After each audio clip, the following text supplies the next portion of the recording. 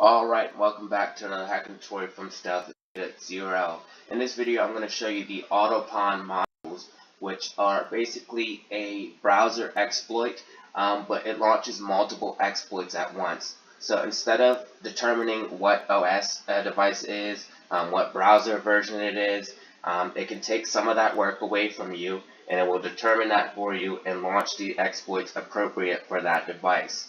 On a pen tester's point of view, it's very, very noisy because you're launching multiple exploits, and they have to stay on the page for a certain amount of time for it to run through all of the exploits. But if you're absolutely in need of a shell, and this could be a good method for you. Now, there's exploits for Androids, Linux, Macs, Unix, you name it. It has multiple exploits that work for multiple OSs. So you can literally launch this attack against almost any OS and possibly get a shell if it's vulnerable.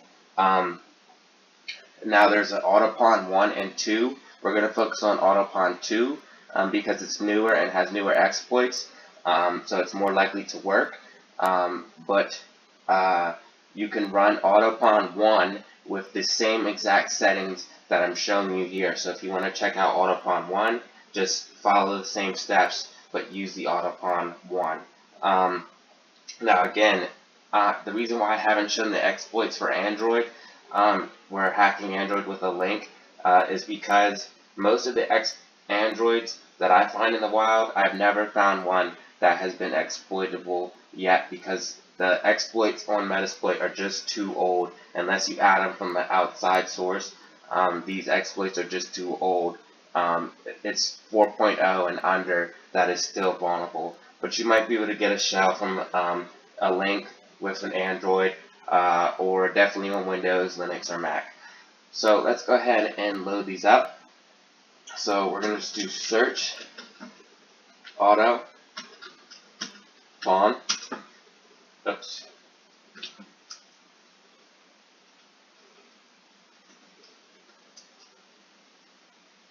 And that will bring up AutoPwn1 and 2. Now they're auxiliary modules. Now again, they're running multiple exploits at once. So it's going to host a server with a malicious web page, and if you have port 8080 and the port that you use for the out port, which is by default 4444, port forwarded, you will be able to use this remotely and host this page remotely. So again, AutoPwn2, you could just simply do the same thing with AutoPwn1. Use the same settings, and you'll be able to use that one as well. It loads about 20 exploits, so you have a good chance of getting in the system.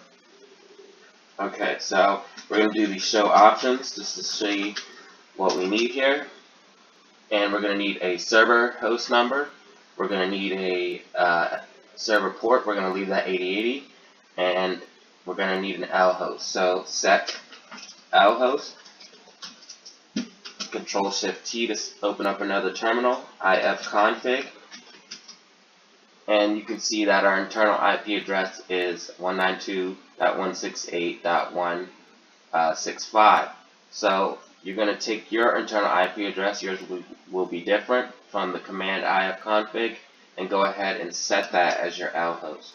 Make sure you do all capitals like I do here. Set SRV host, and you want to paste in your IP address again, your internal IP address for your attacking box, and we're going to set the URI path. We're just going to do slash. Now you can do slash update or whatever the case may be to make the page more convincing. We're just going to do slash. We're going to do a final show options check. And you can see that our options are set now.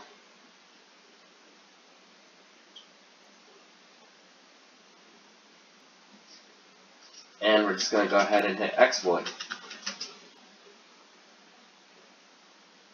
Now just bear with it a second. I'm going to use editing so you guys don't have to bear with the loading. But what it's going to do now is load the different exploits. Now this can take about 5 to 10 minutes. So next time you see it, it will be loading up the modules, and as you can see, it says starting exploit modules. So what it's going to do is load several exploits up, and get them ready. And then once someone visits the page, it's going to launch them all at once. And this is what AutoPwn1 and 2 does. AutoPwn2 has newer exploits. AutoPwn1 has some exploits for Android again. So if you're trying to get into some Android hacking with the link and the Android's exploitable, that might be your best bet. Like I said, I haven't found any in the wild personally, so I wouldn't really count on getting into the Android with an exploit unless they're using like an old outdated app or browser or something of that nature.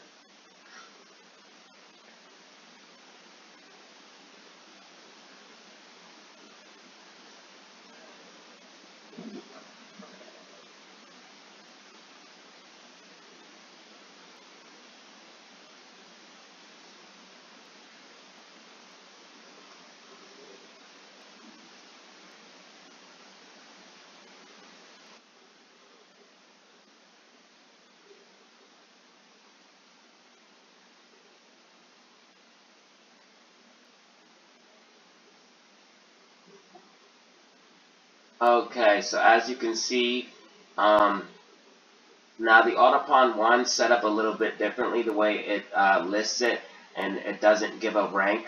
It just loads the modules, so this is a little bit set up more neatly. But you can see it says the time spent doing the process, and then you can see the link right here that you use to direct the targets to. Now again, if you're doing this remotely, you would replace this number with your public IP address, as long as port 8080 and these ports that the exploits are on are port forwarded, you'll be fine and good to go on doing this remotely. So you can see it's using a couple different techniques here, like the MS14 code execution. There's OSX, so that's Windows, or that's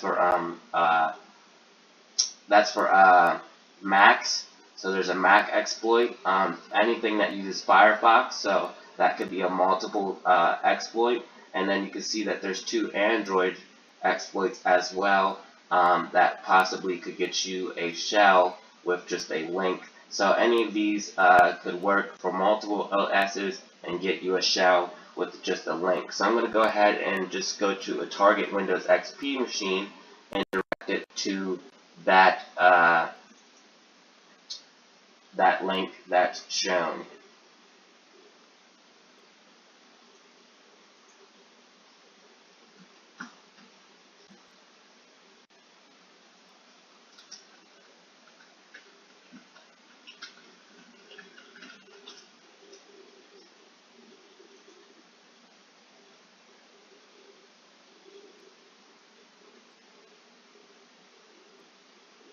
So now what it's going to start doing is running through the list and checking different exploits and try to get a read on what type of device this is, and then use the exploits that will best work for that device.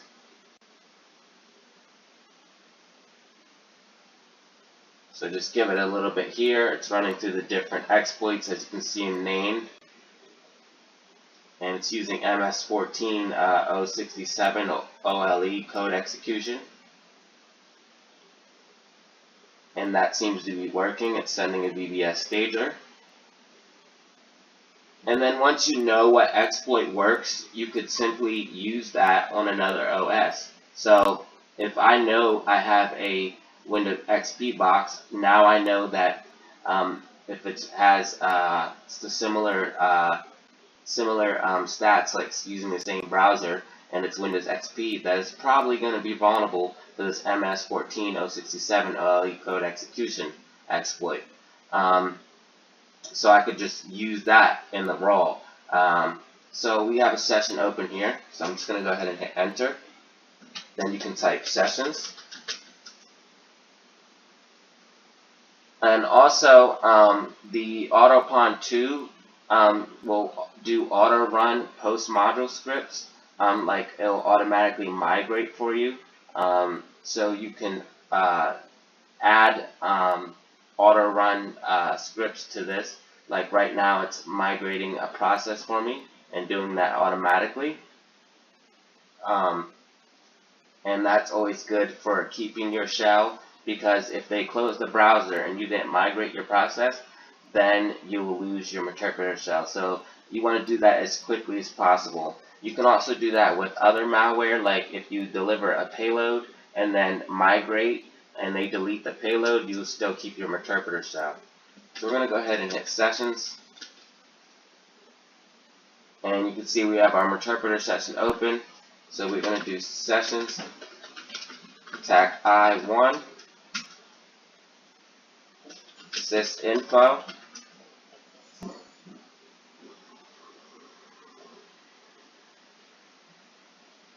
and as you can see, the interpreter shell is open. And any session, you just use the session ID here to open your session, and then you can hit help or whatever the case may be, and it will give you a list of all your commands that you're able to do.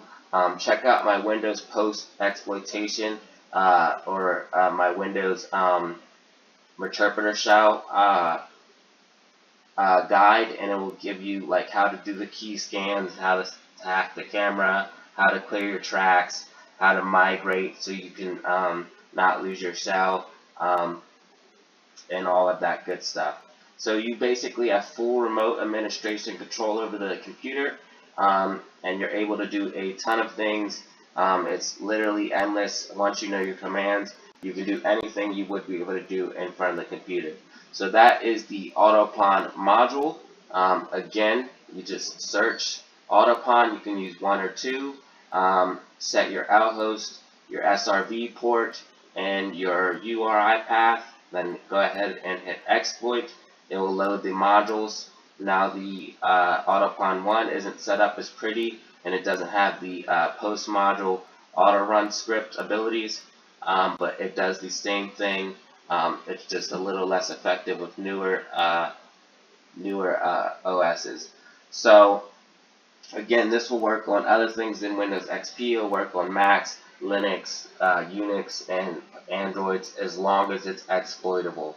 So here it is, AutoPwn. Hopefully you found the video informative. If you did, go ahead and drop a like, subscribe for more content like this, and check out the channel for more videos, and how to use the interpreter shell and stuff will be listed in the description.